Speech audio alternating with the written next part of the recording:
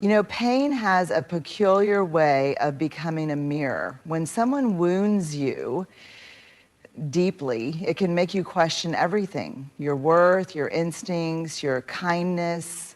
We sit with it, we stew in it. And somewhere along the way, we start wondering how we can make them feel it too. Hurt people want to hurt people. It's human, but it's not healing.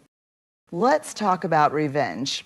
Not the petty kind, not the fire and ash kind. I'm talking about the kind of revenge that doesn't scream, the kind that whispers, the kind that doesn't destroy, it rebuilds. You. The kind of revenge where your rise becomes the loudest response. Because here's the truth, people who hurt you may one day beg for forgiveness, but only after you've done something radical. When we're wounded, the instinct to retaliate feels justified. It feels powerful. After all, pain wants an outlet, and revenge promises immediate release. But here's what we often forget. Retaliation may feel good in the moment, but it rarely leads to peace. It keeps us tethered to the very people who hurt us. It hands them the pen to keep writing in our story. True revenge, the kind that transforms instead of torments, comes from healing, from making the conscious choice to step out of the cycle of pain, anger, and reactivity. Healing is not weakness. It is fierce. It takes far more strength to sit with your pain, process it, and rise from it than it does to react in anger. Healing says, you don't get to define me, you don't get to own this chapter. That is power. When you choose healing over retaliation, you reclaim authorship of your story. You stop playing the role of the victim or the avenger and step into the role of the creator. You build a life so full, so grounded, so purposeful that the people who tried to hurt you can no longer recognize who you are because you've risen beyond their reach. And here's the thing, healing is slow, it's quiet, it's unglamorous at times, but it's the kind of revenge that lasts because it's not about them anymore, it's about you, your peace, your future, your wholeness. That's the kind of revenge that doesn't just settle the score, it rewrites the narrative entirely. Getting even is tempting. It's seductive in its simplicity. It promises justice, balance, and satisfaction. But let's be honest, how often does it truly deliver? Getting even often keeps us emotionally stuck in the same room as the people who hurt us. It locks us in a cycle where their behavior continues to dictate our choices. And that's not power, that's bondage. Growth, on the other hand, is liberation. When you choose growth over revenge, you're making a powerful, self-affirming decision. I will not allow someone else's brokenness to break me. You take all that pain, all that betrayal, and you alchemize it. You turn it into boundaries, clarity, resilience, wisdom. You invest in your emotional health, your passions, your relationships, your peace. You focus not on how to bring them down, but how to rise higher. Growth is not passive, it's not soft or weak. It's one of the bravest things you can do. Because growth asks you to feel your grief instead of bury it. It asks you to walk through the fire, not around it. It means being willing to let go of the identity that was forged in the pain so you can step into a version of yourself that's grounded, self-assured, and no longer shaped by someone else's actions. The truth is, the people who hurt you don't expect you to grow. They expect you to shrink, to spiral, to chase, to beg.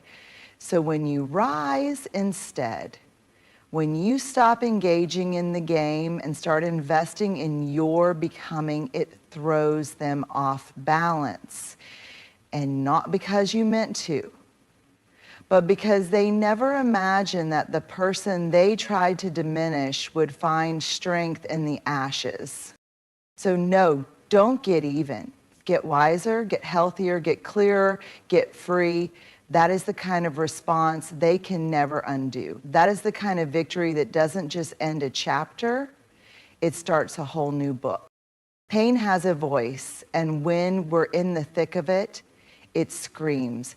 It shouts through sleepless nights, through silent drives, through the replaying of every word and wound. It demands to be acknowledged, and rightfully so. Ignoring pain never made anyone whole. But here's the truth no one talks about enough. Your peace can be louder than your pain. Not in volume, but in impact. Peace doesn't scream, it doesn't perform, it doesn't pose for validation or seek revenge for comfort. Peace whispers, and yet it echoes in ways that pain never can. Peace says, I know what I've been through, but I don't have to live there anymore. Peace isn't forgetting what happened, it's choosing not to be ruled by it, it's choosing yourself. Again and again and again. When you cultivate inner peace, it becomes your anchor, it becomes your shield. It allows you to walk away from chaos without the need to explain. It allows you to stop defending your value to people who were committed to misunderstanding you. It lets you be in the same room with your past and not flinch. And that is strength. What most people don't understand is that peace is a practice. It's not a destination. It's built one boundary, one breath, one brave choice at a time. It's found in the moment you decide to pause instead of react. In the way you say no more, not with rage, but with clarity. In the way you respond with grace, not because they deserve it, but because you do. And here's the beautiful irony. When the people who hurt you see that you are no longer bitter, no longer begging, no longer broken, that you are calm, composed, and whole, they feel the full weight of what they did, not through your rage, but through your radiance. That's when your peace becomes louder than any argument, any proof, any pain. Let them feel the absence of your turmoil. Let them see the presence of your peace. That is your greatest power. That is your clearest answer. That is the sound of healing, and it speaks volumes. We are wired to want closure. We crave it like oxygen. When someone hurts us, especially someone we trusted, loved, or opened our soul to, we wait. We wait for the text, the call, the heartfelt apology that finally says, I'm sorry. You didn't deserve that. It feels like the one thing that will set us free. But what if it never comes? What if the person who hurt you is too arrogant, too ashamed, too emotionally stunted, or too disconnected to own what they did? What if they rewrite the story in their head to protect their ego? What if they genuinely believe they did nothing wrong? That's where the turning point lives. That's where you get to choose, will I stay stuck in this waiting room of pain, or will I walk myself out and begin to live again on my terms?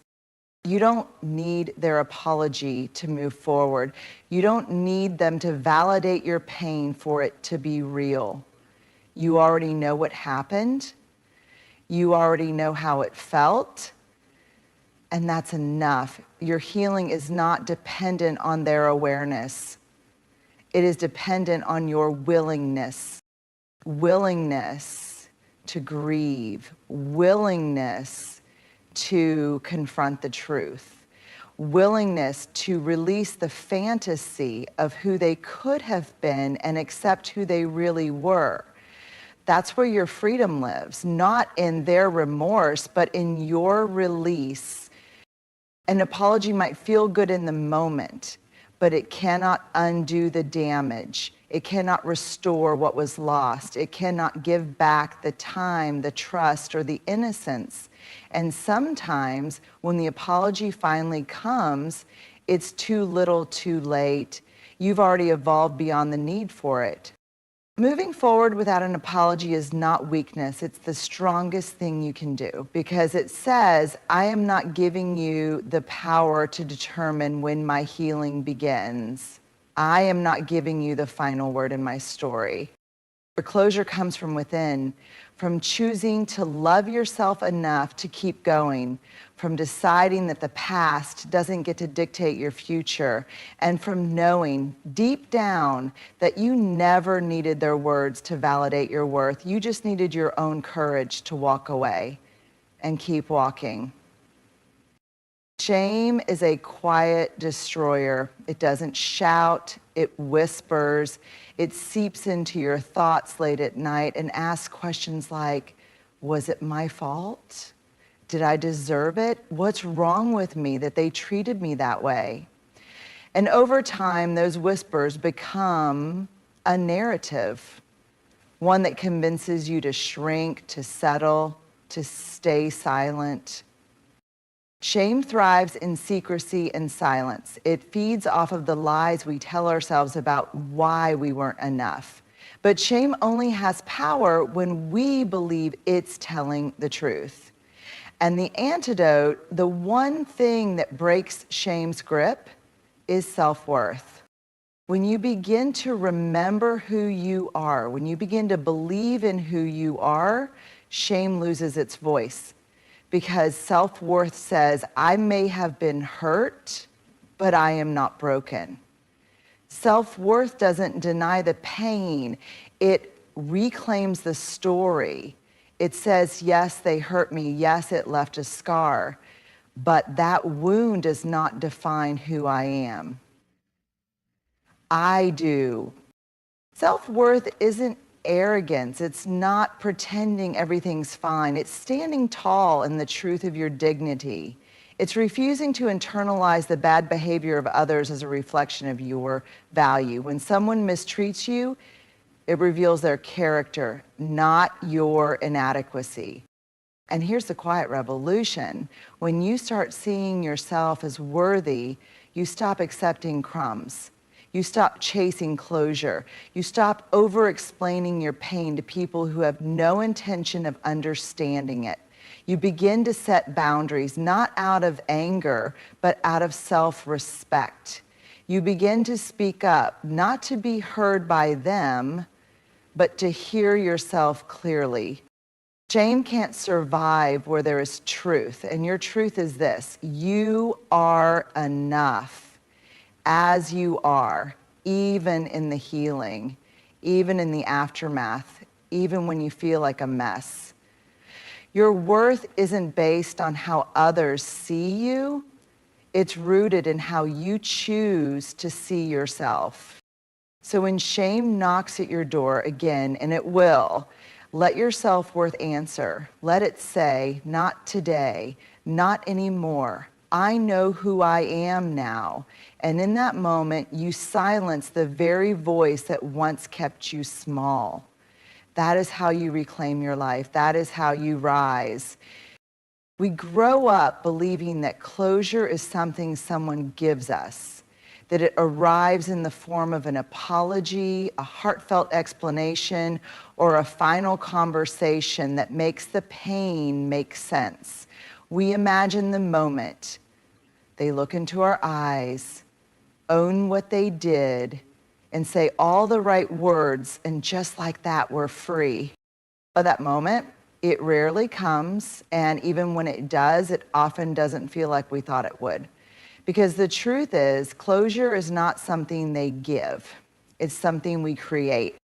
Waiting for someone to give you closure is like handing them the keys to your peace and hoping they'll return it once they're done using you. It's giving them power over your healing, power they probably never earned in the first place. The reality is, some people will never admit what they did. Some will rewrite the story to protect their own ego. Some will ghost you entirely because facing what they've done is too heavy for them to carry. And some will offer shallow apologies laced with excuses, more interested in easing their guilt than easing your heart. So you have a choice. Keep waiting for them to fix what they broke, or begin building something new without them. Closure from within means facing the pain head on and still choosing to move forward. It means grieving not only what happened, but what should have happened. It's mourning the apology you never received, the accountability they never took, the decency they never showed, and then deciding that your healing doesn't need their permission. It means telling yourself the truth. They hurt me, it mattered, and I'm still allowed to heal without their help. Closure from within is when you finally understand that justice may never look like you imagined, but peace can still be yours. Not because they made it right, but because you made you whole. And that's the most powerful kind of closure there is, because once it's yours, no one can take it away. So stop waiting for the conversation that may never come. Speak to yourself instead. Stand in your truth, choose your freedom, and know that healing doesn't begin with them. It begins with the moment you decide you're worth more than the pain they left you with. As we've walked this journey together, we've uncovered a powerful truth. The strongest form of revenge isn't found in retaliation, it's found in your rise. Every step we've spoken about, rooted in healing, grounded in growth, carried by peace, propelled forward without apologies, fortified by self-worth, and closed from within, are not just concepts. They are your roadmap out of pain. True revenge is not about inflicting wound. It's about reclaiming your soul. When you choose healing over hurt, growth over getting even, your peace speaks louder than any scream. You refuse to wait for apologies. You reclaim your worth and find closure in your own hands. You do more than survive. You become whole again. To those who hurt you, you don't owe them a performance. Your only debt is to yourself. Let your transformation be their answer. Let your radiance be your response. And let your life not be defined by their breaking, but by your fearless reconstruction. This is more than revenge. This is rebirth.